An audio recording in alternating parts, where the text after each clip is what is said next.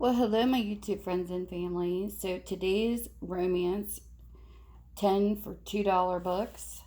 This is lot 22. And these are what the books are. And if you're interested in ordering any of these, you put in the lot and you send me an email. Everything will be in the description below by the little arrow. You hit that if you're new, and it'll open up a box. And all the information will be below. Get a hold of me at Midness Bookstore and more on Facebook. And you just let me know if you're interested, and I'll post it to my Etsy so that you can get the order. So this is the first book. It's called Starr Below.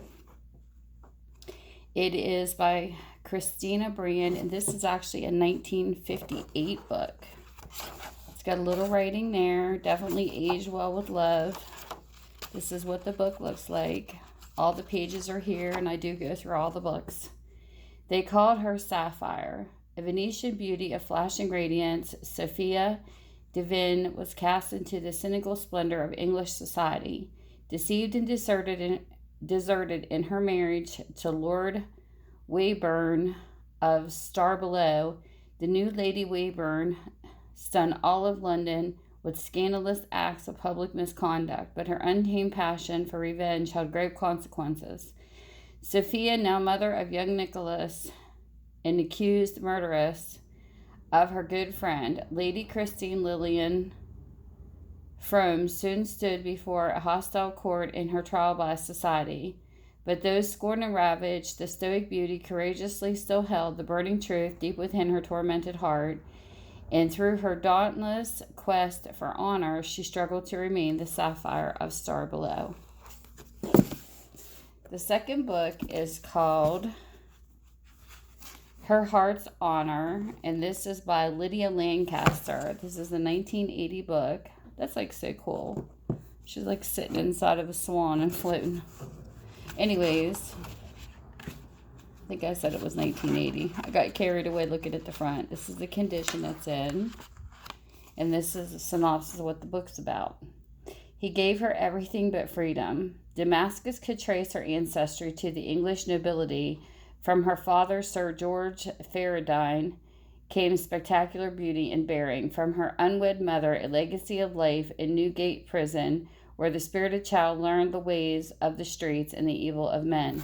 But nothing could have prepared her for Haiti, where she was sold into slavery and bought by a man deformed by nature, character, and fate. Monsieur Jean de Roche gave Damascus everything but freedom. She was the wife he bought for her beauty, her breeding, and for his heir, to be sired by his perfectly formed brother Adrian, the only man she ever desired. In her veins flowed the blood of kings and warriors, and in this violent new land of Hades, she would fight for liberty. Sounds interesting. The next book is called The Days of Eternity by Gordon Glasgow. And this is a 1983 book. This is what it looks like. So a little writing there. The condition that it's in. Oh, there's some writing back there too at the end. And then it says, she was betrayed by a man she cannot forgive and can never stop loving. Los Angeles, 1972. Anna Massili is a successful American lawyer, a self-assured woman of the world. But one Sunday morning as she sits in church, Anna sees a man and her heart stands still. At that moment, time melts away. Once again, Anna is an innocent girl of an Italian country village. It is wartime and the time of her first consuming love for the young German lieutenant who commands the occupying forces. For Ian and Carl, it was an impossible secret love that flourished against all odds until he committed an act that shattered her world, closed her heart, and changed their lives forever. Now, 28 years later, he stands before her a priest. And now Anna knows the time has come to face an agonizing choice. For here is the man whose memory has been a cold cinder of hatred inside her, the man she vowed to someday destroy, the man her turbulent heart can never surrender. Here is a breathtaking saga of a passionate love so overwhelming that it defies war, betrayal, conscience, and time itself. Boy, that sounds good. The next book is called Lovemakers, And this is by William Bostock, and this is a 1972. This is what the book looks like. And it says, they probed the depths, the bottomless pools of pleasure. Apollo, a youth with the sexual appetites of Dionysus and the moral indifference of a Zeus. Sherry, a beautiful Spanish spitfire with a few inhibitions and even fewer reservations. Roxy, a sultry black sculptress with molding hands and a very special technique. Sean, a relentless creator who experimented with females in films with a frighteningly avant-garde with both, and Olivia, a rich, innocent, and rape sacrifice for the initiation into the rites of sex. That sounds hot. Okay. This one here is called Forever to Remain by E.V. Timms. This is a 1948. This is what the book looks like. And it says, Promised Land, Promised Love. Rich and magnetic, Simon Lee Chandler was the handsomest man on the London Lass as she sailed from England in 1831. He sailed with a strange assortment of passengers from primitive land thousands of miles away.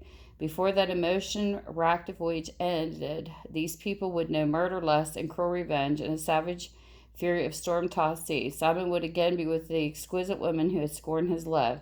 An eager, dark-eyed beauty would reach for him across the barriers of class and tradition, and then on a wild and mocking continent, Simon would choose his future and his love. That sounds adventurous. Regrets Only. And this is by Sally Quinn, and it is a 1986. This is the shape the book's in. It's a nice, big, thick one. And this says, Allison Sterling, beautiful, brilliant, blonde reporter for a major Washington daily, is having a secret love affair with the very adorable, very accomplished, very married bureau chief of National News Weekly, Desmond Shaw. Desmond Shaw is having his own extra secret tryst with Sadie Gray, sexy Southern belle and the wife of decidedly unsexy Vice President of the United States. Sadie Gray is having the time of her life. These delicious love triangles, which started as attractions and escalated into love, are made even more sexy and significant by their setting in social world and power center of Washington, D.C. That sounds interesting. Okay. So the next book we have is called Traitor for Love by Virginia Nielsen. This is a 1983. Got a little writing there. What the book looks like.